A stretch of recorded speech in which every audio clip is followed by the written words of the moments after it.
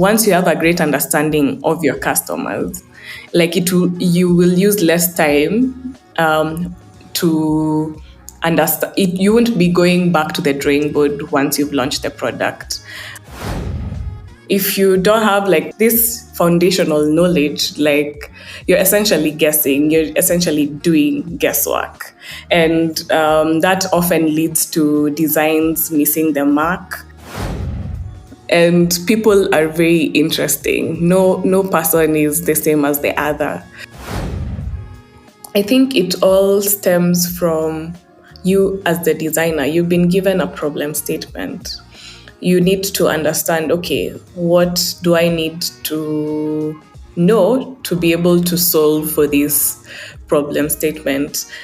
So one thing great user research stems from is from having a clear and defined objective. Karibuni to Kenyan Design Conversations, and our guest has started us on a very high note. I just needed us to hear that first.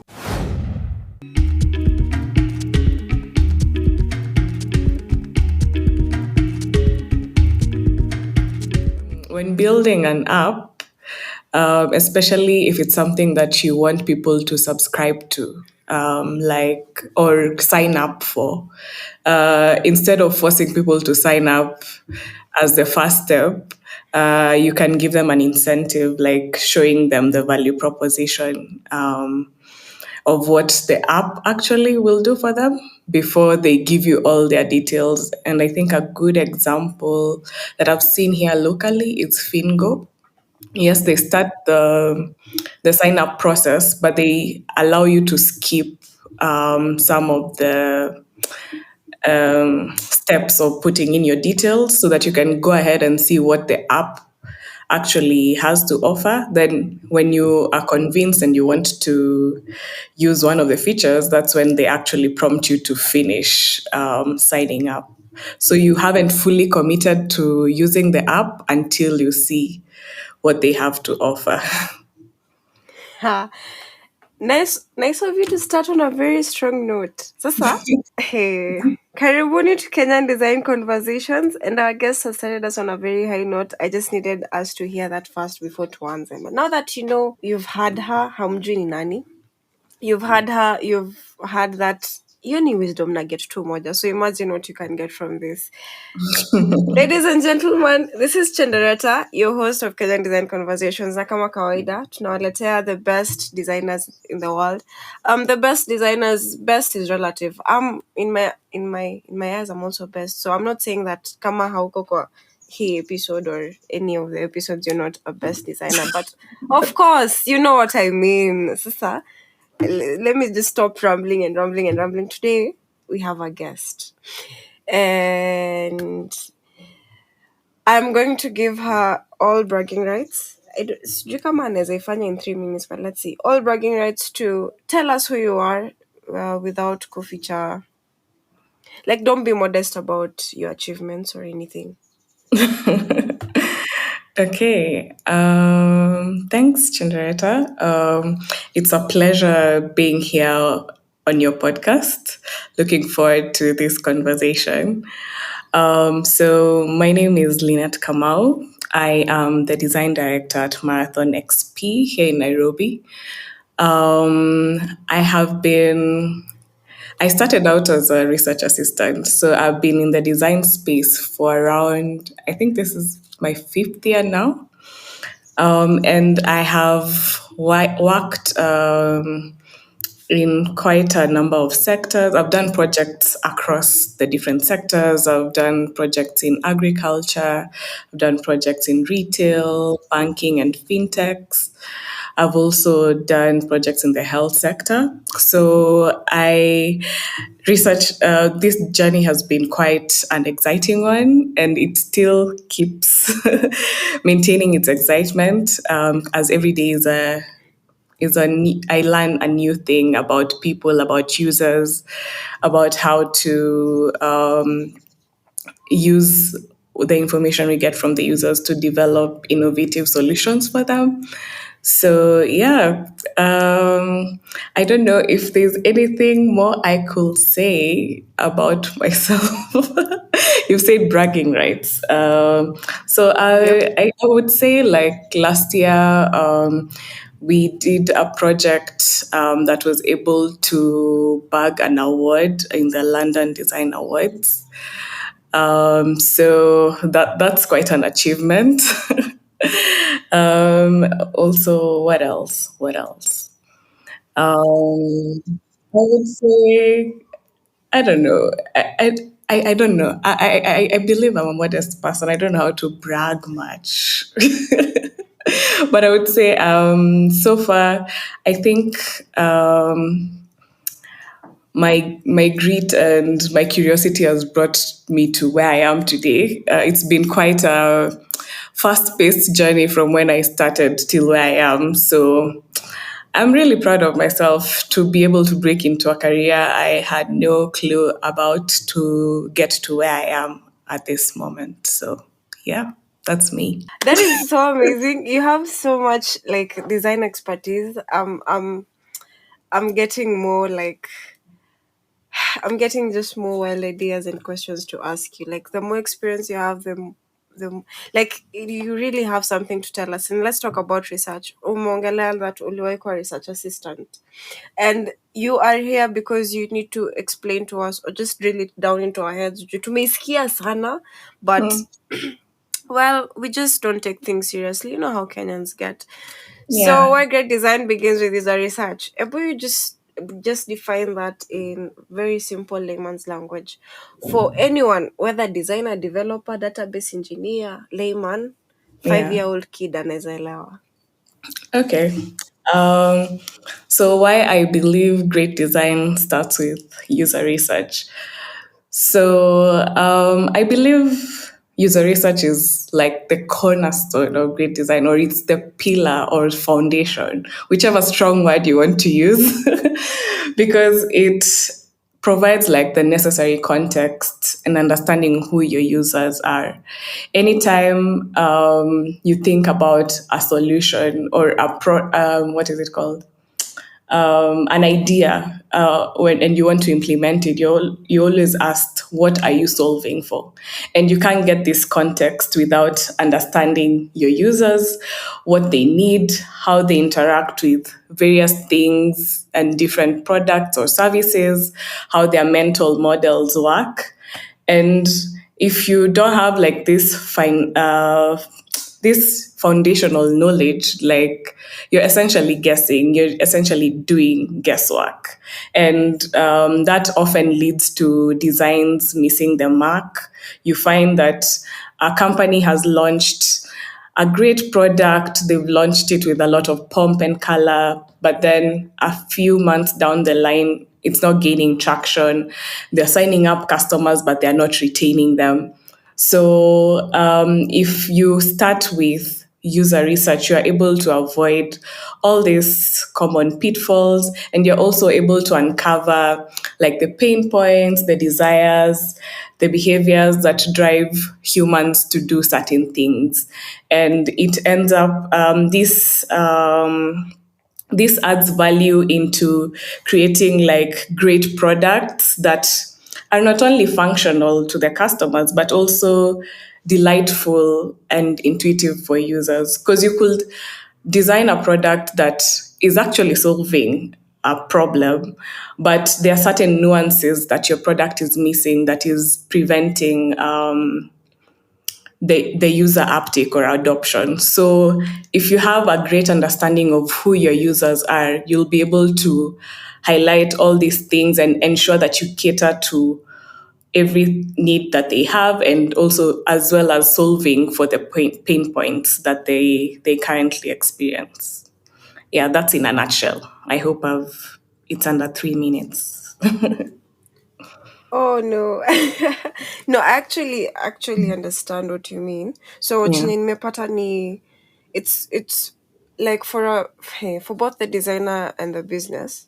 yeah, Mse mwenye hafanyi research anaweza, for a designer atafanya kazi mbaya, but for a business they'll lose money, no, just yes, because they end up assuming chenye user anataka na Yeah, hawana facts and data, so it becomes easy signing up ndio lakini hard retaining them.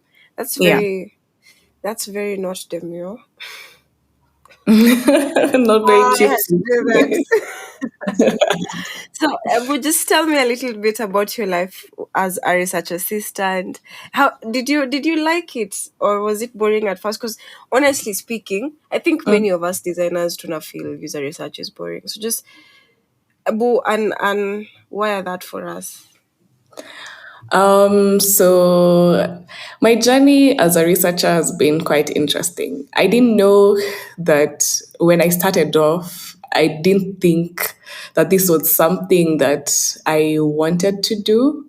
But looking back, I've always been interested in understanding how humans behave the way they do, to the point that I did psychology as part of my degree in campus, just to have that basic understanding of how humans behave, what they think, what they do, and why they do things the way they do. So when I came to this design space and I got in as a research assistant, it was it was actually really amazing to know that I could actually channel my curiosity about humans into a career. So for me, user research has never been boring.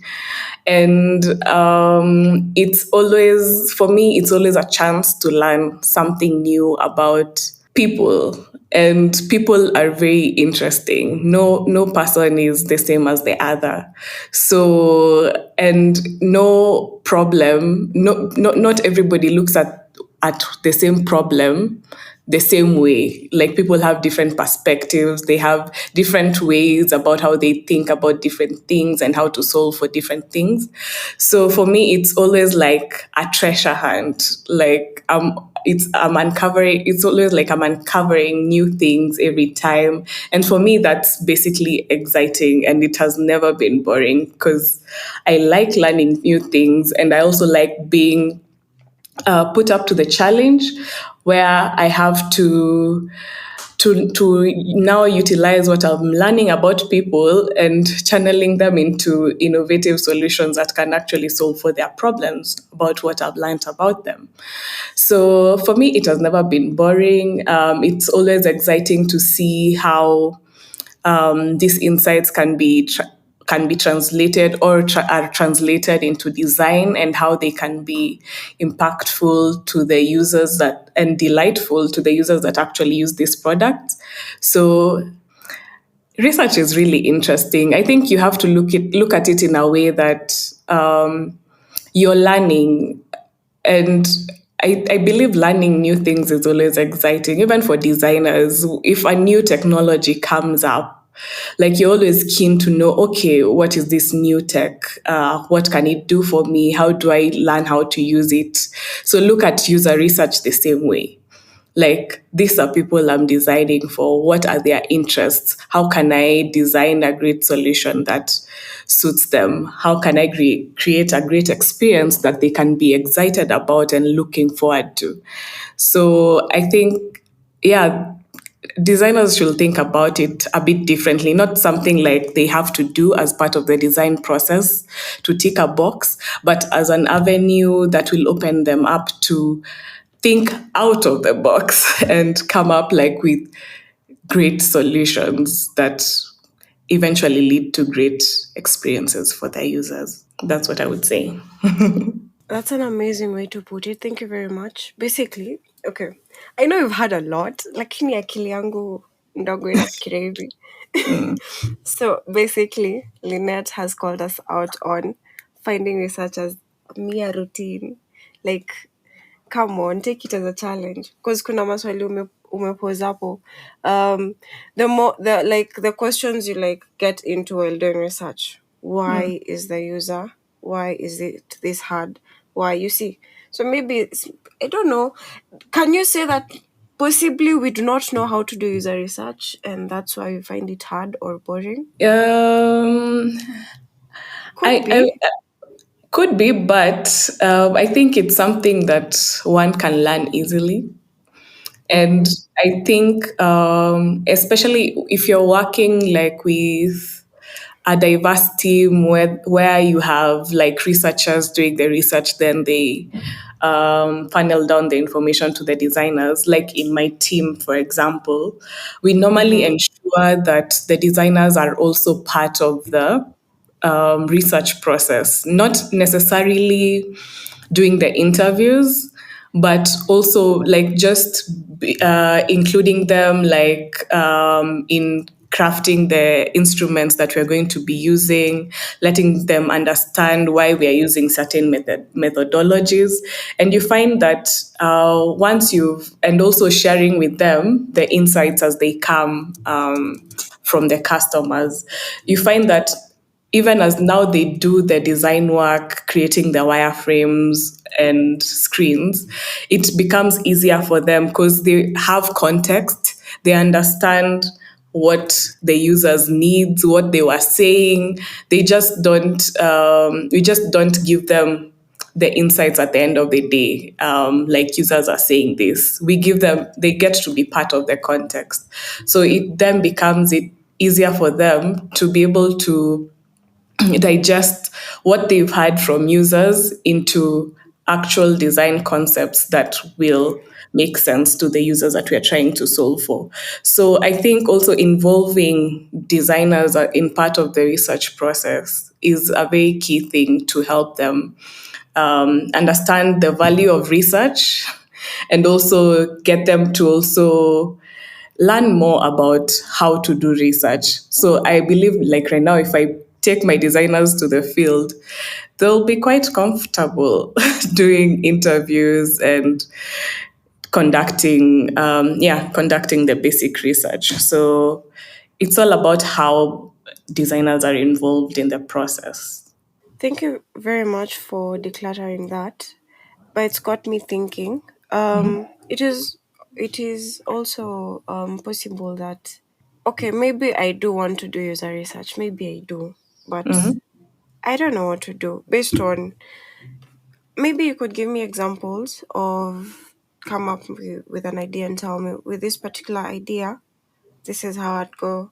There's a researcher because while someone's learning, sometimes some of us, Aki Mhm. Ukweli, we've not like really dug deep into user research. We try and read a couple of books, a couple of articles, what we get up and apale, especially Mhm. CC, the solo design team. Like Yeah. you, one designer having like those 8, 9 hats. Mm. So we know like there's qualitative, quantitative. We even understand it, but we just like okay, so what does it mean? Like how do I make the decision to do a qualitative analysis or Mm. a quantitative analysis, and how can I go forth doing that, and how can I do it while maybe okay, that's a different question, but let me just ask. So with a solo design team, you basically might have to do these things consecutively, Yeah. like at the same time. So how is that like how would you, what do you think around that? Okay. So how? Because I've also worked as a solo team, like the one doing the research and the solution thinking. I think it all stems from you as the designer. You've been given a problem statement. You need to understand, okay, what do I need to know to be able to solve for this problem statement? So, one thing great user research stems from is from having a clear and defined objective, a clear understanding of the problem, because that will consequently be able to guide you on what methodologies to use and how and how to go about the research to be able to meet that objective. So it's for us stepping away from the fact that I have to do both qualitative and quantitative research to get to the problem, but thinking about it from a point of, okay, I have this problem. and I need to solve for it. So, how is the best way? Which is the best way to go about it? So, like for example, qualitative research methods help you understand the why. If you're looking to understand an underlying problem, for example, we recently did a project for an internet service provider, and they were trying to understand why the customers are churning. So they had been doing surveys, and they were getting high level insights like guys are not are don't have financial capability. What else are they getting? Their routers were stolen or something like that. But as much as they are trying to solve for those things that the customers were mentioning, they are still not gaining traction on why customers are churning. So we went in and did qualitative research. We applied qualitative research methods to understand why this was happening. Like, what are the underlying reasons? Customers might be saying something, and one thing customers do is also lie. So, for example, if you are using a certain product, then ikakubo, then you just stopped using it. Then the service provider calls you and asks you, so I see you are a customer for a period of time, but you stopped using the service. What could be the reason that you stopped using the service? An easy answer to give is normally that I had financial constraints, because that's a very uncomfortable conversation to get into. Someone won't start asking you like what's causing the financial constraints, or yeah, they won't follow up further because finances are a very sensitive topic, especially in this our culture. So so you find that customers can just tell you something, if especially when you're doing these telephonic surveys or the NPS score surveys that a lot of companies do. You won't get to you won't get the nuance of the problem, and you'll always be solving for, what are they called? Like, you'll always be reacting to something that people are saying. But now, when we now got into the qualitative research aspect, and we went and did interviews, we even had one of our team members install the service and experience the service for a period of time, and we were mapping out the journey alongside the experience. We were able to understand that people, like, finances are a small part of why customers were churning, but a big part of why the customers were churning was because of the stability of the network, and that wasn't something that the service provider was getting initially when they were doing their surveys. So the quality of the product was a big issue for the customers, because they're like, yeah, the service is affordable, but it's not reliable. So they ended up churning. And it all stems back to what we were trying to solve for, which was the underlying cause of churn. So by providing this insight to the service provider, they were able to understand, okay, there are certain issues around how they provide the service, and if they improve on that, they could retain their customers and even gain more customers. Also, they were like, if they were to improve also how they deliver the service, customers are willing to pay for a service that is stable and reliable. Their customers are also willing to bear the cost of a good, to be able to experience a good service. So these insights were enable them to make certain decisions in the company in order to solve for these customers that they were targeting. And it's because they understood why the real reason why customers were churning. So back to your question, as a solo designer, you need to understand, okay, what problem is it that I am solving for? And that will eventually guide you to which methodologies to use. Are you trying to understand what or how many? If you want to understand what and how many, from a numbers perspective, you need to use quantitative methods of research. If you need to understand why, you need to use qualitative methods of research. And at times, to be able to also form that story, you end up using a mixed methods approach, which is very helpful in also covering what is it called? You're able to cover your base very well when you use a mixed methods approach, where you use both qualitative and quantitative, because you're able to see why the customers are behaving a certain way and what impact it has when they behave a certain way, or what impact they have when they behave a certain way.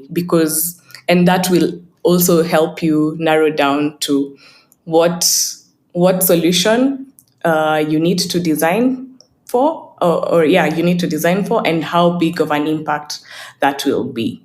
So yeah, I think, as I've said before, it all boils down from what exactly you want to understand, and how, yeah, and that will inform how to go about it. Oh, okay. So thank you for the example. Lakini kwanza nilikuwa najaribu kuelewa churning ni nini. Journey. Kai. You've said journey. Eh, Or in as part of the design, I think the journeys can be visualized differently. So we have like the customer journey maps that we do to help us um, visualize the steps that a customer takes while interacting with a product and service. And it captures both their actions, not both, it captures their actions, the touch points they interact with, and the emotions that they are feeling while interacting with this product and service.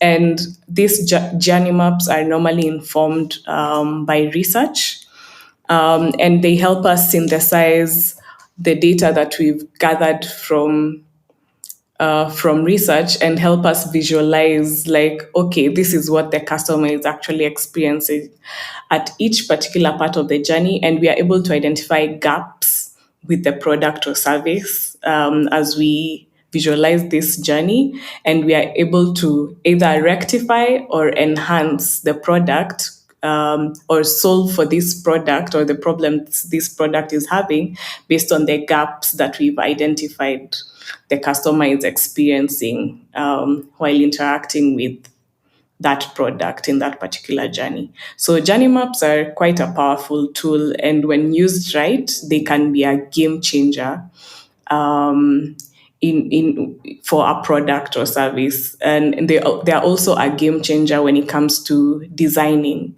because you're able to distill what the insights you've gathered into an actual, like, it helps you empathize further with the customer. So I don't know if I think that's as simple as I could explain what a customer journey map is. yeah, yes, I think sasa mwenye hakuwa amelewa. So that was very impactful. I've learned a lot, but you may notice I have a lot of key takeaways. I can't do this every time. So I'll do it hapo mwisho, and then you're gonna verify that what I'm saying Yeah, is how it should have been. no Single, problem. so that you're on the same page, Yeah. So let's talk about myths of user research. What are the common myths and misconceptions umesikia juu ya user research? One is that it's very expensive. That's a common one. It's very time Okay. consuming. That's also another one. It's a waste of time. It's not a necessity. That I've had a lot, especially when it comes to clients that we work for or we work with. And Yeah, so those are some of the top, and it's a lot of work. That's also another one. So clearly too, clearly too, it's not a lot of work. I can, like me as the designer, I can actually take like a day to do user research because unasema pia si time consuming. Vitu unaita mates by the main kwa nadhani ni true. Well, I wouldn't say like it's not true.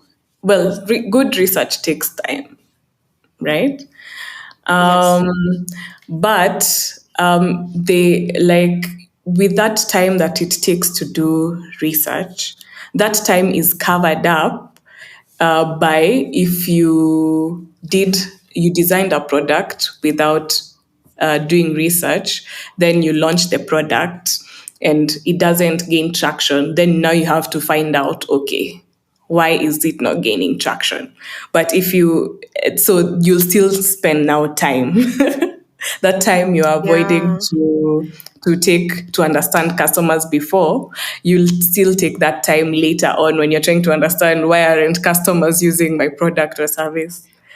Okay. So, Kai. so it saves you time, like in the sense that once you have a great understanding of your customers, like you will use less time to understand. You won't be going back to the drawing board once you've launched the product. The research now you'll be doing once you've launched the product is how Mm-hmm. to improve the product now that it's out there in the market, instead of trying to understand why customers are not using the product. Okay, that's an interesting turn of events, especially considering what we most thought was true. Thank you very much. Yeah. Also, I think while we're still at that myth, I Mm-hmm. think it's okay for someone to do secondary research if they do. Because, okay, let's say I'm a designer, Yeah. I have a client. They're like, I'm not paying you to do research, I'm just paying you to do UI. Yeah. You're like, do you have enough research? And they're like, no. Um, I need you to work with this. These are my ideas. This is what we have. Yeah. With the small user research we have, this is it, and maybe it's not complete. Mm. So, what would you have me do at that point, or what would you do? What would Lynette do? Yeah, so I've also definitely found myself in such a scenario whereby the client is prioritizing getting the physical or tangible outputs of screens or wireframes or the final product, and doesn't prioritize the research aspect. In this situation, because also time is not on your side, um, you tend to gather as much information as you can get. What you're saying, secondary research, doing a lot of desktop research, gathering any artifacts that the client has, any information about their customers or any feedback that they have from their customers. You can look into their social media pages or what people are talking about this product on social media. You'll be able to get like some insights from users from there. So at that stage you can gather anything that is possible to gather within the shortest time frame possible. And if you have a chance also speaking to maybe your peers, if they're part of, or people you know, if they're part of the target audience or the user segment that the client is trying to solve for.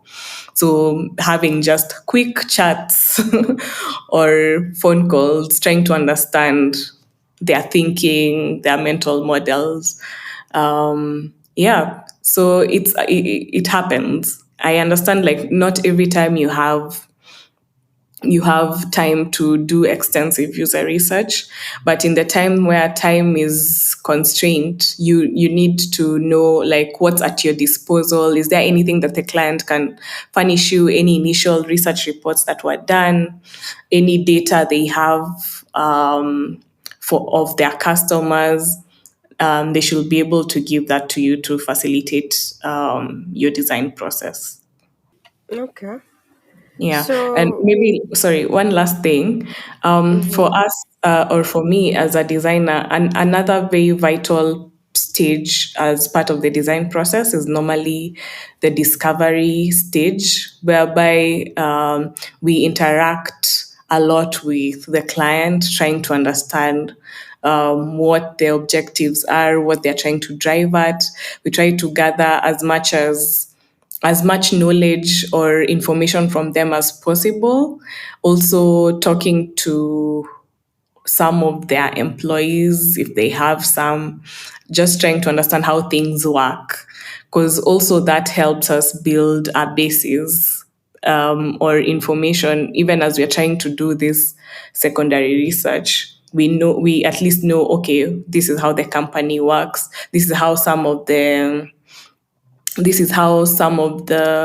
what are they called, the actions that the employees take affect the customer's experience at the end of the day. So yeah, discovery is also a very crucial stage in the design process, and it can be done in various ways. You can have workshops with the client. You can have one-on-one interviews. You can gather, you can ask for documentation if they have. Yeah, so that's also a very crucial part, because also that's where you align the client expectations and what you need to do for them. I'm done. Okay. Yeah. Okay. Okay. Mm. Okay. I see. So, okay. So let's focus on I as a researcher. Mhm. Can you describe like a day, an interesting day of I as a researcher, like from morning anaweza fanya nini, anaenda user research. Unaweza weka hapo example ya any project na maybe the methods. Okay. Okay. That's an interesting question. But I can, as you put it, I can um, link it to a scenario like we are doing a project. So let's say we've gotten a new project brief, and we need to come up with a research plan on how we're going to go about this research. So, as a user researcher, I'd take the project brief, read through it, understand, okay, what is the primary objective here?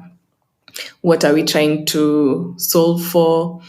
And come up with the objectives of the project, understanding what the expected outcomes are. Then once I have like the laid out clear the objectives of the project clearly laid out, I will come up with research questions.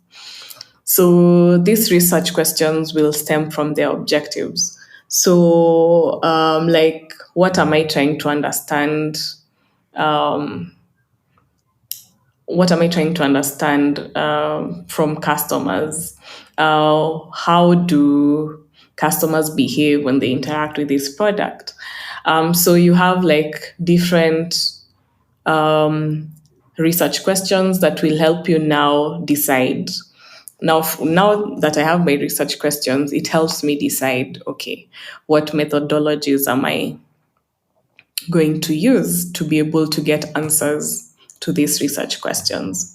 So I look at the research questions. I'm like, okay, I might need to do qualitative research. I may need to do user interviews to be able to understand the pain points, the the experience of this customer in depth.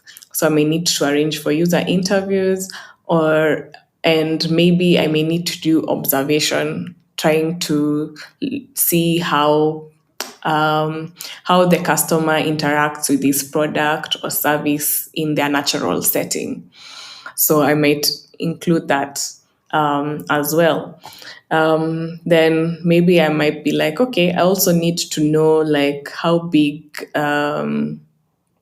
of an impact, a certain, like, I need to know how, like, what exactly, how big of an impact certain problems have for this particular user. So I might need to do like quantitative surveys so that I can get like a large number of people that I am getting information from, and I'll be able to see, identify patterns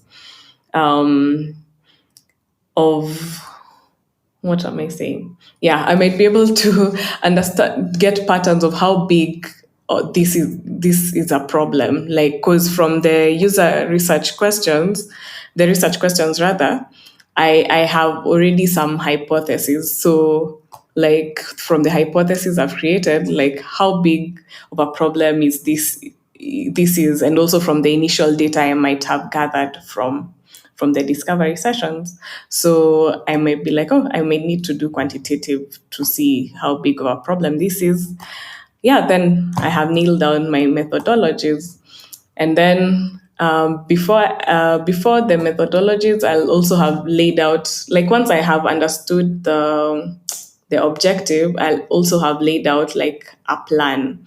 So I need to do discovery, interact with the client. I need to do some stakeholder interviews to understand the business side of things. And also, now that I have my methodologies, I need to recruit a certain number of people to be able to do qualitative, what are they called? Qualitative interviews with. I also need to identify the number of people that I need to do observational studies with, and where will they be? How long will that take? I need to design the tools for my research methods, whether it's a survey, a qualitative interview. I need to design a discussion guide. If it's an observation methodology, I need to design an observation guide. Then, once I have that in place, I need to recruit. Okay, so who am I recruiting? How am I recruiting? Am I getting help from the client? Are they client customers? Am I also talking to non-client client non-customers? Also, like, where are they located? So there's also like the logistical part. Am I doing telephonic interviews? Am I doing face-to-face interviews? If I'm doing face-to-face, where are the people located? Do I need to travel? If I'm doing observational studies, are the people that I want to observe available? How am I going about it?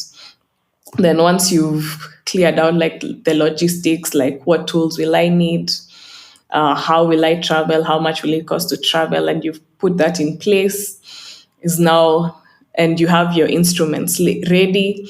The next part is to conduct the interviews. So or to conduct the research rather, not the interviews, because here we're doing quite a number of methodologies. So once I have everything in place, the tools, the instruments, I've already planned my logistics of where and how I'm doing the interviews. I've already recruited who I need to interact with, and they've accepted to be part of the study, is now going to the field, or whichever methodology you've used is now starting the research process or the engagement process. So before conducting any research, we normally need to seek consent with the different participants that we are talking to. And as much as someone had accepted to be part of your study, if you get there and they're like, I don't want to do it anymore, that's okay. Like, it's okay for them to refuse. So even when you go there, you still need to seek another round of consent for you to do the study with them.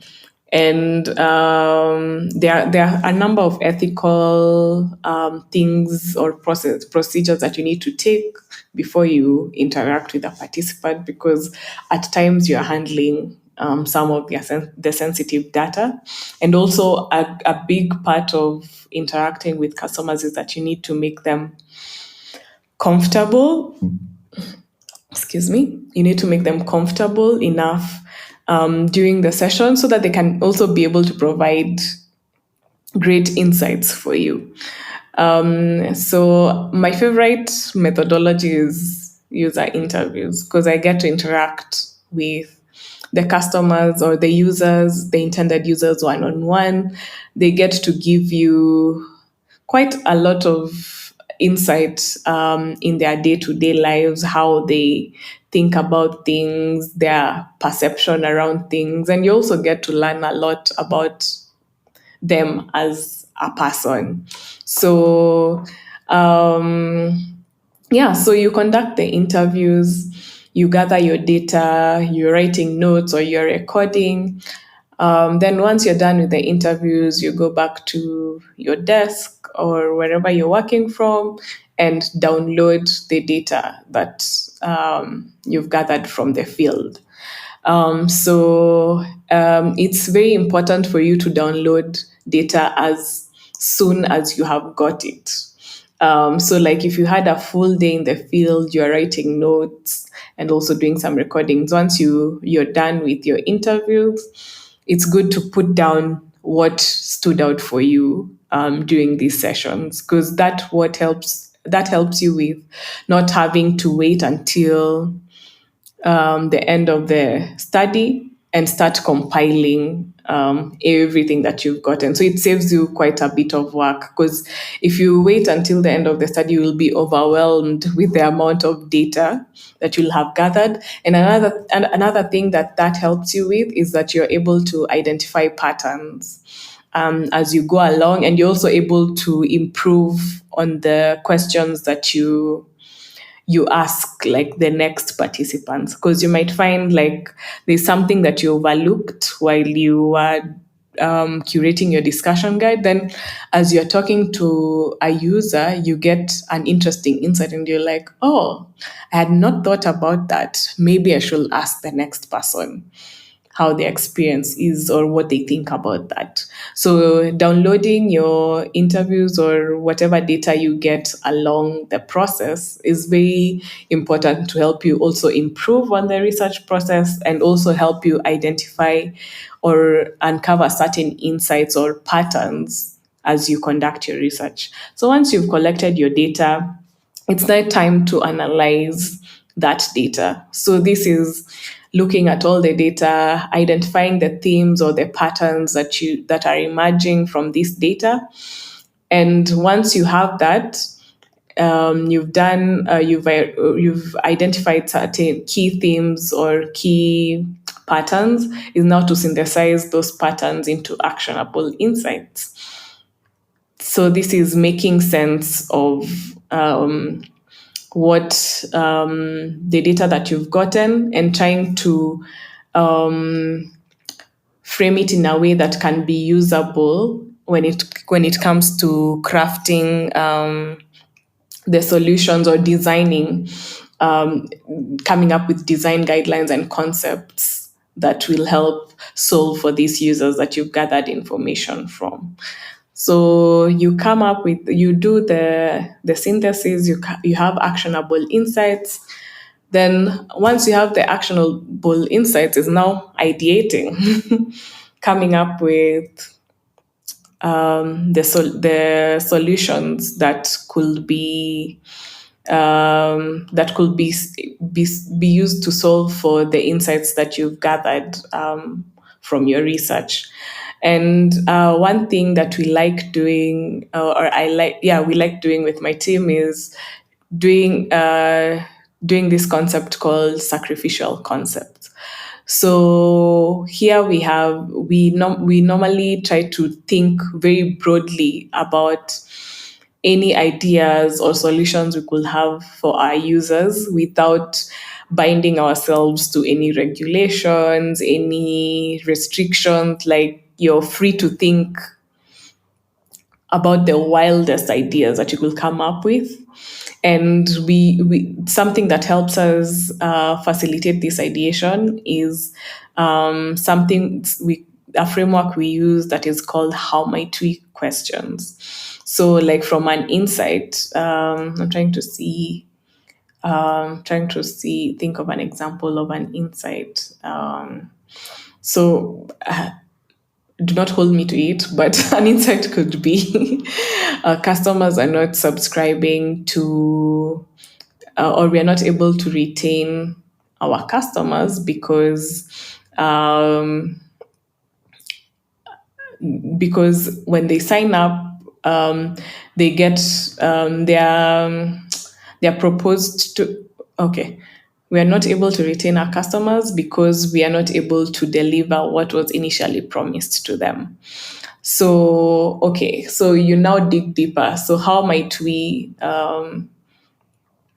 deliver the service that we initially promised to these customers? So, maybe your service is providing the internet, or the service is delivering food within the shortest time possible, but you're not living up to that promise. So the how might we question now gets you into the framework of thinking about what are the different aspects that could be forcing you or causing you to not make this brand promise. So maybe an insight we've gathered is that we do not have enough riders, or the riders do not know how to read maps, or they get lost or something. So how might we solve for that problem? So the ideas that you can come up with as many ideas as possible, which leads us now to the sacrificial concepts. So these are ideas that you come up with. You do not necessarily attach yourselves to the ideas, but it's something. It helps us come up with a wide array of ideas in a way that when we go present them to the client, they tell us whether it's feasible or not. And sometimes, and if they, as much as we thought it was an exciting idea, there are certain criteria that need to happen for an idea to be actualized. And that's highly dependent on certain constraints. So maybe we're trying to solve for we're trying to like we were trying to solve for the internet service provider, and we are like, okay, they use broadband network, so maybe they could use wireless distribution of network, or fiber distribution of network, to be able to improve the stability of of the of the service that they relay. But in this case, it might not be possible because that means the client needs to change the infrastructure. It will be expensive. They'll have to raise the cost of the service. So that could be an idea that we propose to them. Maybe they could switch to fiber instead of wireless. But then the client will be like, okay, that idea, we like it, but it's not feasible. So the sacrificial concept comes in that we won't be so attached to the idea that we are forcing the idea to the client or to the product. It will be like it provided an avenue for us to think broadly and widely, but we can easily let go of the idea if it's not feasible. So hence the sacrificial concepts. So I normally think it's a fun way about thinking about things, and it opens up quite a broad thinking, or thinking out of the box thinking, that helps us come up with solutions. So anyway, back to, but this is beyond a day of a user researcher, what I've described. But it is beyond a day, but it's very interesting. I really love the sacrificial concept. If you don't actually attach emotions to something, yeah, you can get amazing ideas. So I'll try that with my team, honestly. uh, so Yeah. I'll tell them there's this amazing lady called Lynnet taught us this, and then we see how we can do. But yeah, I'm still amazed at the whole sacrificial concept thing.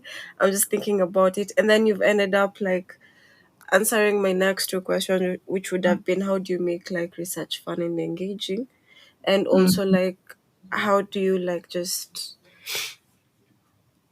Well, umezijibu tu kadhaa sasa. La,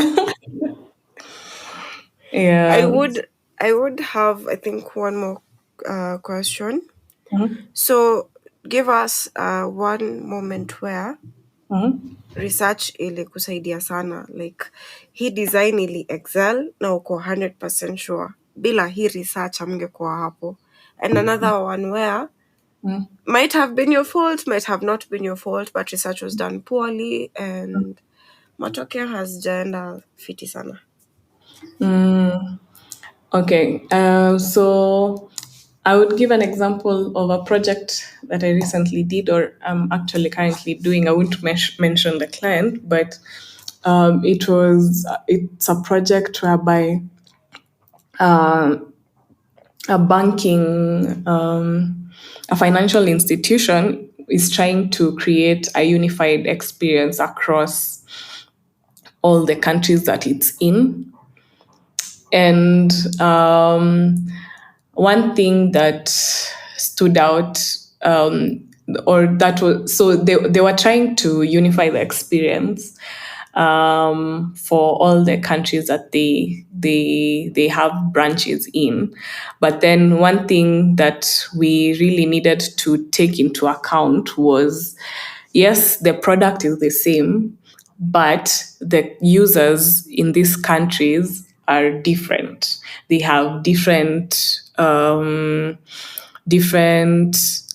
what is it called? Different ways of doing things. They have different perceptions of the product or service.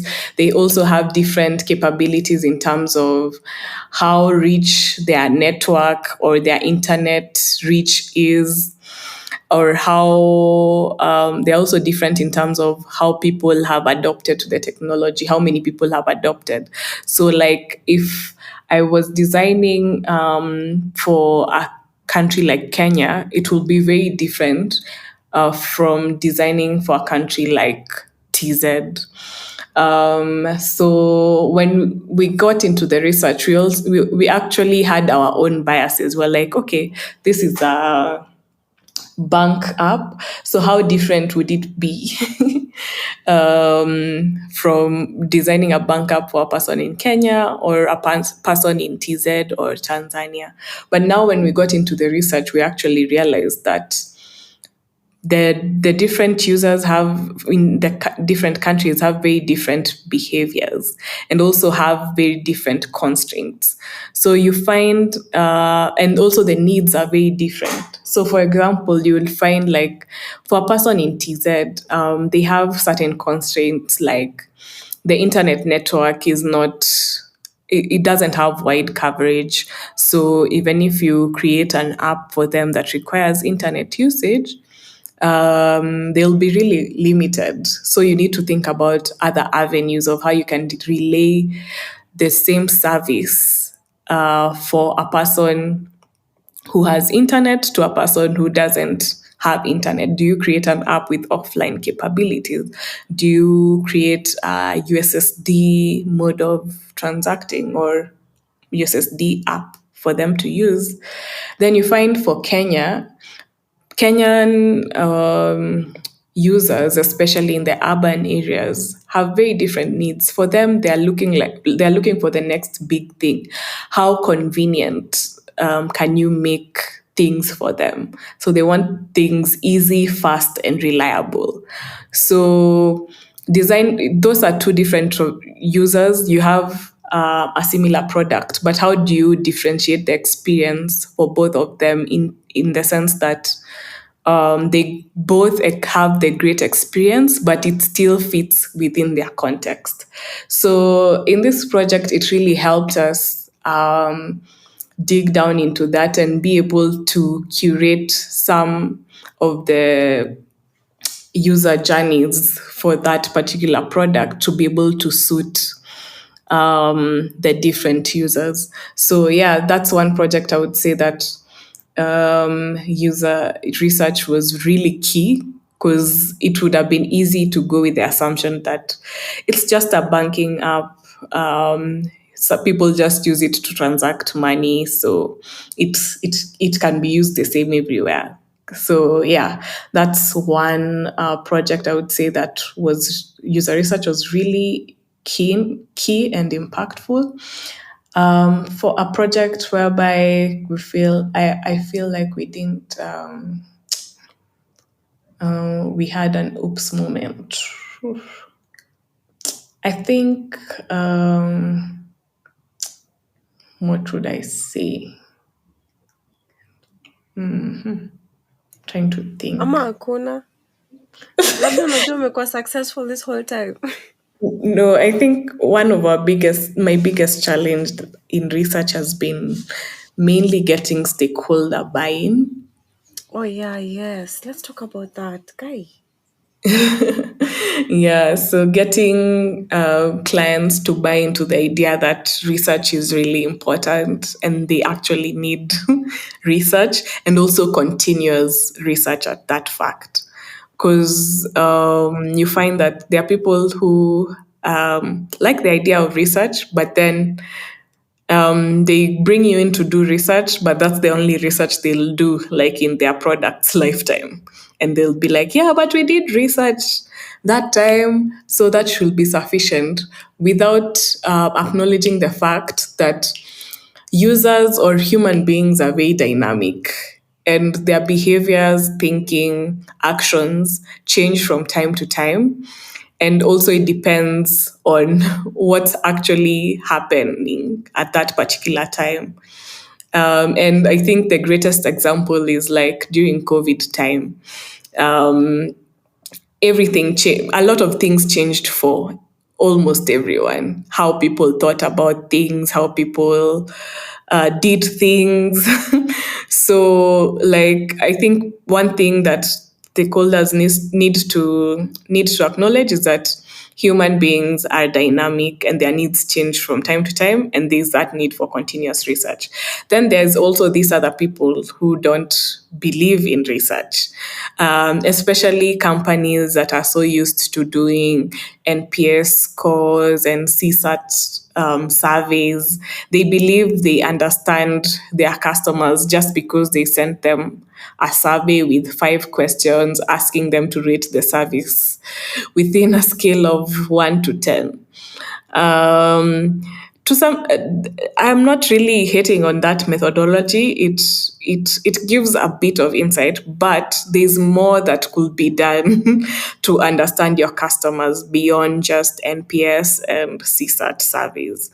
So you find it very hard to convince such people. They're like, yeah, we already know the problems of our customers based on those things, but they don't really, and these companies end up being very reactive to the customer's problems because they get to solve for the customer's problem once they bring it up, maybe through a CX complaint or CX call or something.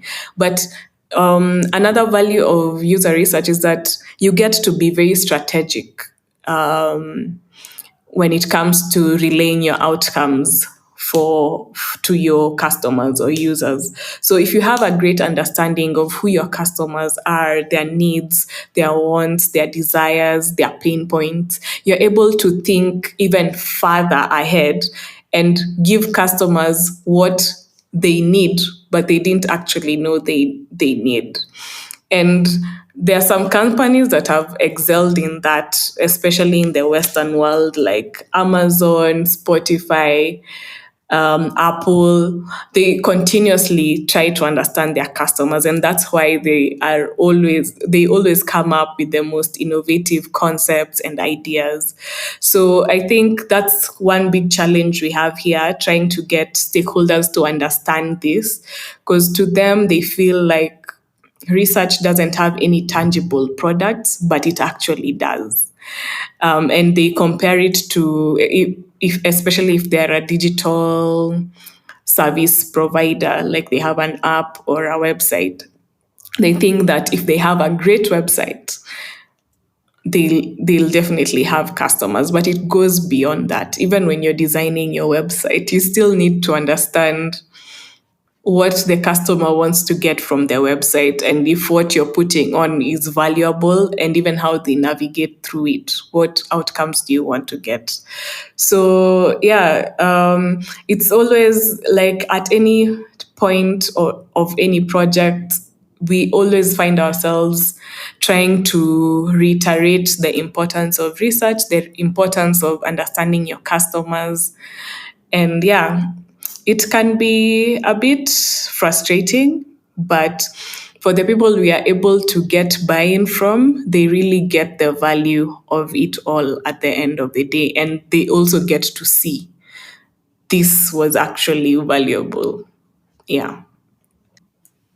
I like your point because I think hata mi tunaona venye iliniguza like hata mi experience some pushback when it comes to like convincing people like but Yeah. nimesikia umemeet wale wase wenye wanapeananga surveys. Sijawahi kutana nao but naweza imagine kiburi wanaweza kuwa nayo. Eh. Yeah. Hey, okay, I see. So I just while you were telling me about that, I ended up wondering nilikuwa nimeandika chini. Sasa do you think that times user research is not necessary? For example, maybe you're trying to build your own ecosystem.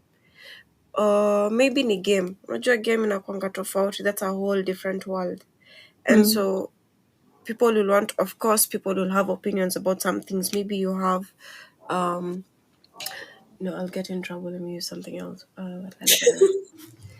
Social media, Mm. social media application, right? And Mm.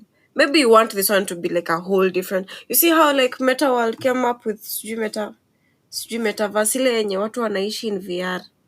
Yeah. Hawaishi reality yetu, wanaishi hivyo sasa. So you see Yeah. like they have their own ecosystem. Do you think hapo user research ita limit, especially if I want you to understand that these are the characters we're creating for you. Sasa kwa ile verse sasa, Mm. you're gonna have to live with them, so live by their rules, and it becomes a whole ecosystem and tribe. What would you say about that? I think I don't think user research is never not necessary. Even when you're coming up with your own new ecosystem or something that has never done before. Mm-hmm. Because the bottom line is, even as you're coming up with something entirely new, there's still something you need to understand about your customers, or the users that you intend this ecosystem to be for. I'm very sure Meta did user research before they launched this metaverse product into the world. They identified a need that people wanted or people needed, and they came up with a concept and put it out to the world. So I'm sure they did extensive research before they launched it, because if they hadn't, like, there will be minimal to no uptick to it. Maybe they realized, especially after the period of COVID and guys being in isolation for so long, and guys haven't yet, some people haven't really adapted to going outside and socializing. They realize that there's a need to for people to still have that human connection, even if it's digitally. So they came up with the metaverse, where guys can have like a life, a real life, quote unquote, but digitally, where they interact, they can get services, they can interact with people, but digitally.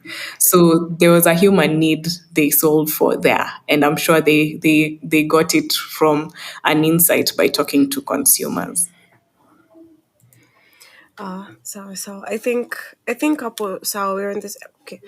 Before now, or I can say I was now years old when I knew that. I actually thought that okay, yeah, unaweza fanya user research, but come on, if I'm inviting you to my house, I will Mm, make things comfortable for you, but kuna vitu zingine unafaa tu uelewe. This is mm, how we do things here, and so unaweza tu learn hivo. So Yeah. maybe when it comes to that aspect, like Mm, you see these particular hooks, it's mm, for like hoodies ama jackets you unatoka nazo nje unaona kitu kaa yeah. hiyo yani. Um, Mm, while I did user research, I knew they were allergic to cabbage. They need to learn that. Oh, I put my jackets here. Kitu kaa hiyo. yeah. Yeah. That's the hiyo ndo. So What would you it's say? like you're trying to say like there could be Sorry. a situation whereby um, you have a product, but because it's something that people have never experienced before, they tend to adapt to the product how you've laid it out. Is that what you're trying to say? By Yes, using kitu the kaa hiyo. example of a Eh, guest. yes. Because also thinking about your example, like maybe I'm thinking like this because I'm a designer. Like if I invite someone to my house, there are definitely questions I'll ask them to be able to make their experience more comfortable. So, for example, if I'm cooking for them, I'll have to understand, okay, are you allergic to anything? Is there anything you'd prefer?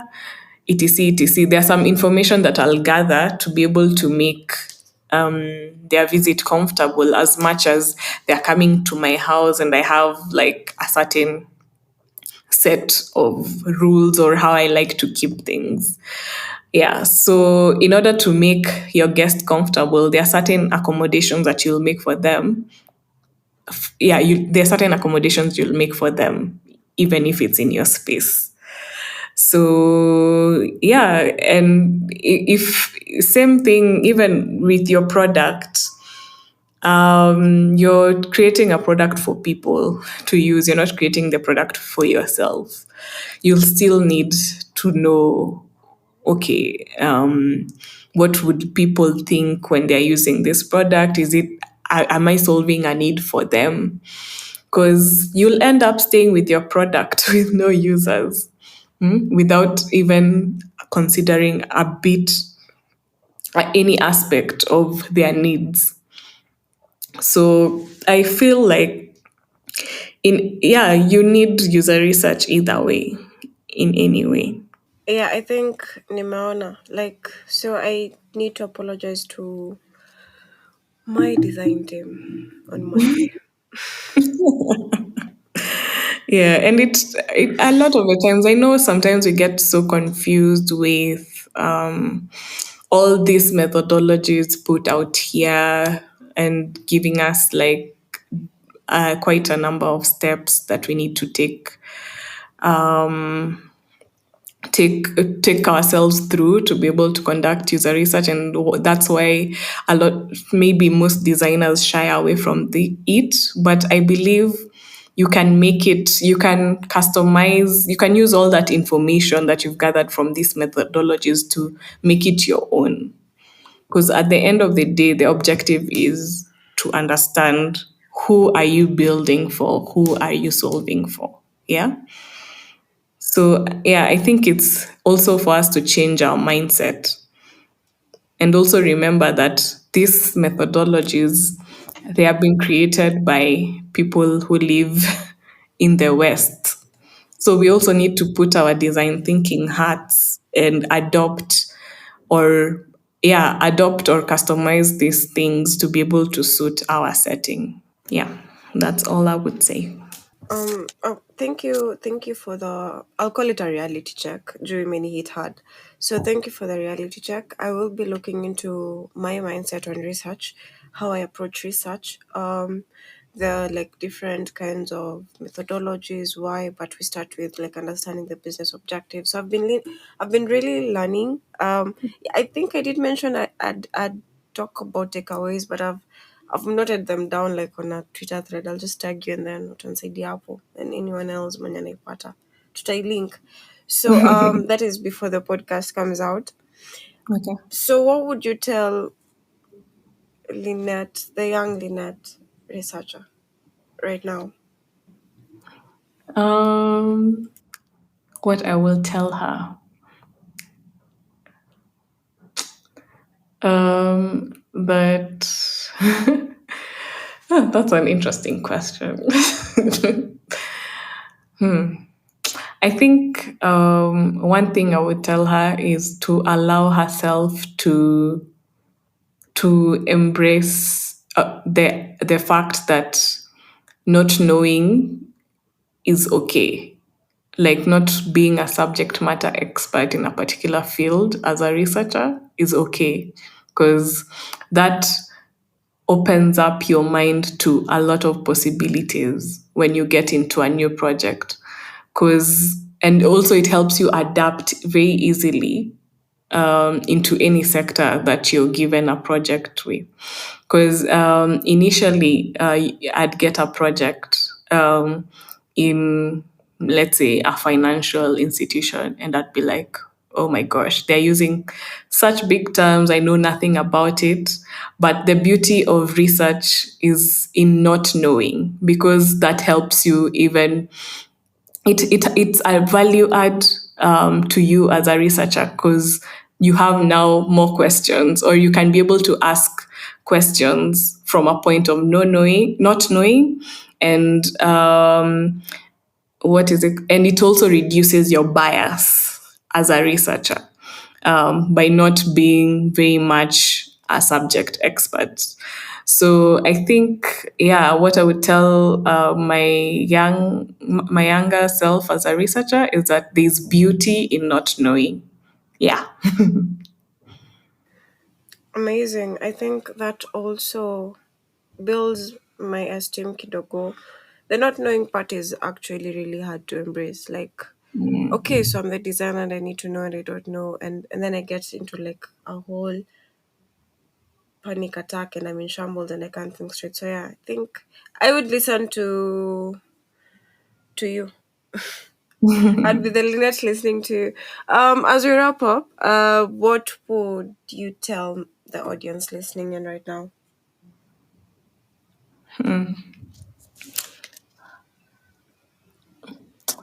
Um, yeah, like I would tell them not to look at research as a separate part of design, but looking at it as part of the design process. Because keeping the user like at the center of your design process allows you to think about their needs and feedback, and help you guide and help yeah it helps guide your thinking, and also helps refine the solutions that you're solving for, because you're channeling, you're designing for a particular user. So yeah, use research as part of your process, and not as a separate thing altogether. Yeah, I think that would be my concluding statement. I don't know if I put it well, but yeah. Yeah, I think tumela vizuri use research as part of your process and not as a separate thing. I think tumela vizuri sana. Alafu within the episode we've talked about having a positive mindset, having a go-getter mindset when it comes to research, taking it Yeah. as a challenge. Yeah. So those are just part of the key takeaways. There's been a lot. Um, uh, kuna any like particular resources before like tukafunge sasa, kuna any particular resources unaweza recommend someone looking into just bettering their research skills apitie? Okay. I think one a major resource, I would say, as a design thinker, as a user research, is your day to day life, the interactions you have with human beings in your day to day life. They will give you a lot of insight, even as you think about things and the solutions you design for these people. That's one. Then, in terms of resources on the internet, there are quite a number. We have materials you can get from IDEO.org, or yeah, I think so, IDEO.org. We have a lot of articles by Nielsen and Norman Group. We also have a website called Discount. They also do a lot of content on user research, and you can also listen to podcasts like this one.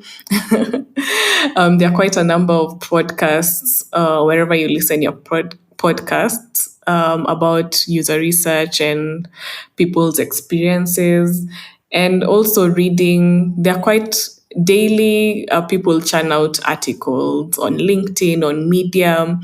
So yeah, I think there's quite a lot of insight everywhere. If you just Google user research, you'll find quite diverse number of sources.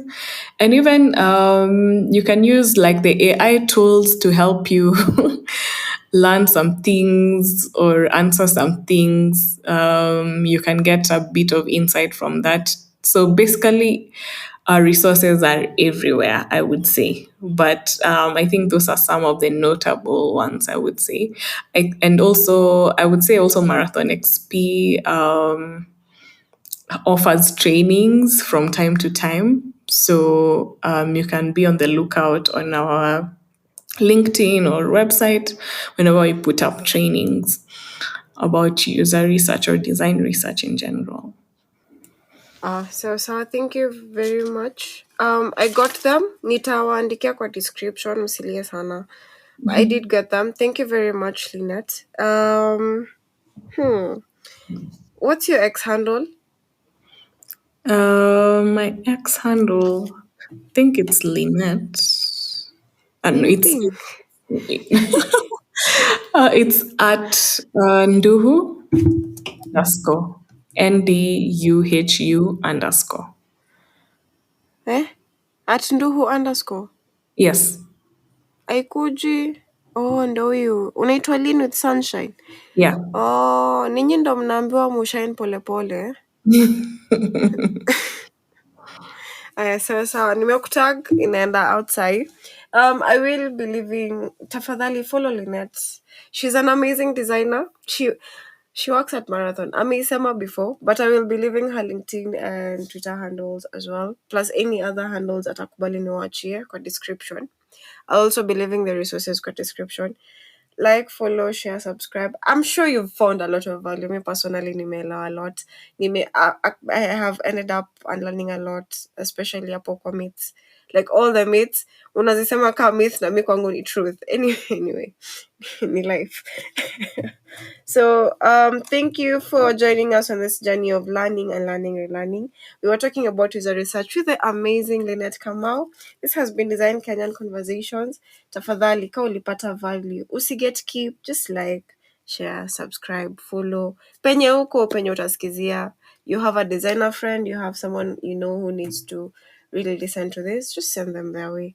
Plus, we got you, so the least you could do is just get us too. Bye. Bye. Bye.